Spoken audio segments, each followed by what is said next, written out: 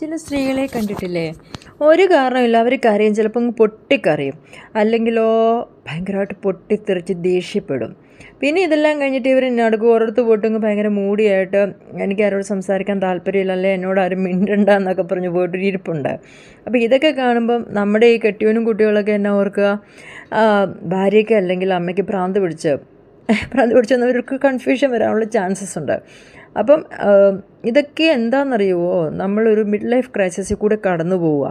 സാധാരണ middle age എന്ന് പറയുന്നൊരു 40 to 60 ഇയേഴ്സാണ്. പക്ഷേ പുരുഷന്മാരെക്കാൾ കൂടുതലായിട്ട് സ്ത്രീകൾക്ക് പല ഹോർമോണിക് ചേഞ്ചസ് ബോഡിയിൽ നടക്കുന്നുണ്ട്. പണ്ട് കാലത്ത് നമുക്ക് ഈ PMS മെനോപാസിനെ കുറിച്ചൊരു അവയർനെസ് ഇല്ല. അപ്പോൾ നമ്മളോർക്ക് ഈ പെണ്ണുങ്ങൾ എന്തിനീ ബഹളം വയ്ക്കുന്നത്, ദേഷ്യപ്പെടുന്നത്, എല്ലാവരും തെറ്റിദ്ധരിക്കുമായിരുന്നു സ്ത്രീകളെ. പക്ഷേ ഇന്ന് കുട്ടികൾക്കൊക്കെ ഇതിനെക്കുറിച്ച് കുറേ കൂടി ഇൻസ്റ്റയിലൊക്കെ ഉള്ള റീൽസൊക്കെ കുറച്ച് അവയർനെസ് ഉണ്ടെന്ന് എനിക്ക് തോന്നുന്നേ. പക്ഷേ മേലെ നമ്മുടെ പങ്കാളികൾ അല്ലെങ്കിൽ പുരുഷന്മാരും ഒക്കെ കുറച്ച് നമ്മുടെ ഈ നമ്മൾ കടന്നു പോകുന്ന അവസ്ഥകളൊന്ന് മനസ്സിലാക്കണം. എന്നാന്ന് വെച്ച് കഴിഞ്ഞാൽ നമ്മൾ ഒരു കാരണവും ഇല്ലാതെയായിരിക്കും നമുക്ക് മൂഡ് സ്വിങ്സ് ഉണ്ടാകുന്നത്. അപ്പം മൂഡ് സ്വിങ്സ് എന്ന് വെച്ച് കഴിഞ്ഞാൽ അത് പല രീതിയിലാണ്. ചിലർ എന്നാന്ന് വെച്ച് കഴിഞ്ഞാൽ ഈ തലയിലൊരു മുടി ഒന്ന് വെളുത്തൊരു വെള്ളി വരെ വരുമ്പോഴേ അതിനെക്കുറിച്ച് ബോധേടാവും.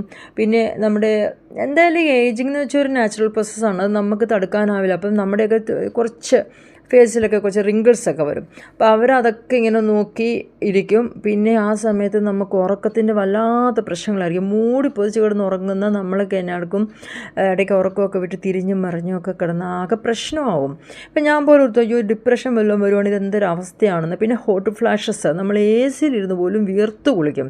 പിന്നെ ആ സമയത്ത് നമുക്ക് വേറൊരു പ്രശ്നം വരുന്നത്, ചിലവർക്ക് എന്ന് വെച്ചാൽ പ്രായമാണ്. അപ്പം നമ്മൾ മിഡിൽ ഏജ് ആകുമ്പം പേരൻസ് ഭയങ്കര ഏജ്ഡാവും. അപ്പോൾ അവരെ നോക്കേണ്ടവരും. പിന്നെ നമ്മുടെ കുട്ടികൾ പ്രായപൂർത്തിയായിട്ട് അവർ പഠിക്കാനോ കരിയറിനോ വെളിയിൽ പോകും. അപ്പോൾ ഈ ഏകാന്തത വരും നമ്മുടെ കുട്ടികൾ പോകുമ്പോൾ. സെയിം ടൈം പാരൻസിൻ്റെ കാര്യം നോക്കണം. ഇതെല്ലാം സ്ട്രെസ്ഫുള്ളാണ്. അപ്പം നമുക്കിതിൽ നിന്ന് പുറത്ത് കിടക്കണ്ടേ, അതിനു വേണ്ടിയാണ് യോഗയും മെഡിറ്റേഷനും. പിന്നെ മെയിൻ കാര്യം, ഹൈലി എഡ്യൂക്കേറ്റഡ് ആയ ചിലവർ കരിയർ ബ്രേക്ക് വന്ന് ഇരിക്കുന്നുണ്ടാകും. അപ്പോൾ അവർ ഈ സമയത്ത് അയ്യോ എനിക്കൊരു വെർത്തില്ല എന്നൊക്കെ പറഞ്ഞ് കമ്പാരിസൺ സ്റ്റാർട്ട് ചെയ്യും. എന്നാന്ന് വെച്ചാൽ ഈ സമയത്ത് നമ്മുടെ ചിന്തകൾ ഓവർ തിങ്കിങ്ങിൻ്റെ ഒരു ടൈമും കൂടിയാണ്. അപ്പോൾ അതിന് ഈ മെഡിറ്റേഷൻ പോലെ തന്നെ നമുക്ക് ചെയ്യാവുന്ന ഒരു കാര്യമാണ് യോഗ. അപ്പം നമുക്ക് കുറച്ചുകൂടി ലൈഫിൽ ഫോക്കസ് ചെയ്യാം. എന്ന് വെച്ചാൽ ആ സമയത്ത് നമ്മുടെ മൂഡ് വേറെ രീതിയിൽ പോവും. നമുക്കെന്ന് വെച്ചാൽ ഉത്കണ്ഠ ഉണ്ടാകുന്നുണ്ട്, പിന്നെ ഓവർ തിങ്കിങ് ഉണ്ട്, പിന്നെ നമ്മുടെ മൂഡ് സ്വിങ്സ് എന്ന് വെച്ച് കഴിഞ്ഞാൽ എല്ലാ തരത്തിലുള്ള നെഗറ്റീവ് ഫീലിങ്സ് ഉണ്ടാകും, നമ്മൾ പോസിറ്റീവ് അല്ല. അപ്പോൾ അതിന് വേണ്ടിയാണ് ഞാൻ അഡ്വൈസ് ചെയ്യുന്നത് ഇതിൽ നിന്ന് പുറത്ത് കിടക്കാൻ എല്ലാ മിഡിൽ ഏജ് ലേഡീസിനും ട്രൈ ചെയ്യാൻ ഒത്തിരി റിലാക്സേഷൻ ടെക്നിക്സ് ഉണ്ട്.